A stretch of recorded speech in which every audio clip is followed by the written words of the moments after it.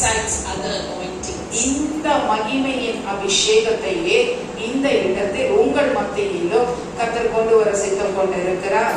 So I'm going to start what the Lord has given me to give to you. We will start with Exodus. You know my hates always Moses. Exodus 33 and 34 chapters.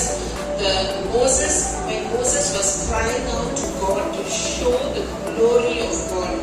So இந்த நாளிலே கர்த்தர் நம்மிடத்திலே பகிர்ந்து கொள்ள எத்தனைத்திருக்கிறதான காரியம் என்னவென்றால், யாத்திராகமம் 33ஆம் அதிகாரம் 34ஆம் அதிகாரத்திலிருந்து மோசே தேவனுடைய மகிமையை காண்பதற்காக அவர் பிரயத்தனம் பண்ணின காரியங்கள் எல்லாவற்றையும் நாம் இங்கு காண்கிறோம்.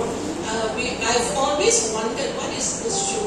I mean, I'm a person who asks a lot of questions. I don't take things just like that.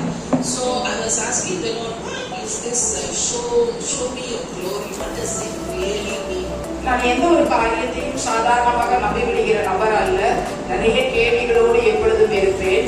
அப்படியாக நான் ஆண்டவரிடத்திலே மகிமை என்றால் என்ன, இந்த மகிமை எனக்கு காட்டுங்க என்று சொல்லி கொண்டிருந்தேன். So the same thing when the Lord imparted the glory carrier to me, I was asking God, now I don't know what is glory carrier.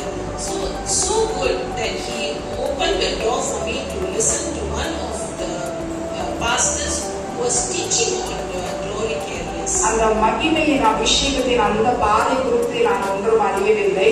ஆனால் அதை ஒரு ஊழியக்காரர்களில் ஒருவர் அதை குறித்து பிரசங்கம் பண்ணி கொண்டிருந்தார். So this is how it goes. I mean, this is how the glory was revealed to me. How we should look at glory, especially in the text of Exodus and another text. இப்படியாக யாத்திராகமம் மாத்திரமல்ல, சத்திய வேதத்திலே எங்கெல்லாம் மகிமை என்று குறிப்பிடப்பட்டு இருக்கிறதோ அந்த மகிமையை நாம் எவ்வாறு காண வேண்டும் என்பதை எனக்கு கற்றுக் கொடுத்தார். So now sister, we can read Exodus 33:13 to 17. யாத்திராகமம் 33ஆம் அதிகாரம் 13 முதல் 18 வரை. உம்முடைய கண்களில் இப்பொழுது எனக்கு கிருபை கிடைத்ததானால் நான் உம்மை அறிவதற்கும் உம்முடைய கண்களில் எனக்கு கிருபை கிடைப்பதற்கும் உம்முடைய வழியை எனக்கு அறிவியும். இந்த ஜாதி உம்முடைய ஜனம் என்று நினைத்தருளும் என்றான். அதற்கு அவர், என் சமூகம் உனக்கு முன்பாக செல்லும், நான் உனக்கு இளைப்பாறுதல் தருவேன் என்றார். அப்பொழுது அவன் அவரை நோக்கி, உம்முடைய சமூகம் என்னோட கூட செல்லாமல் போனால் எங்களை இவ்விடத்திலிருந்து கொண்டு போகாதிரும். எனக்கும் உமது ஜனங்களுக்கும் உம்முடைய கண்களிலே கிருபை கிடைத்தது என்பது எதினால் அறியப்படும்.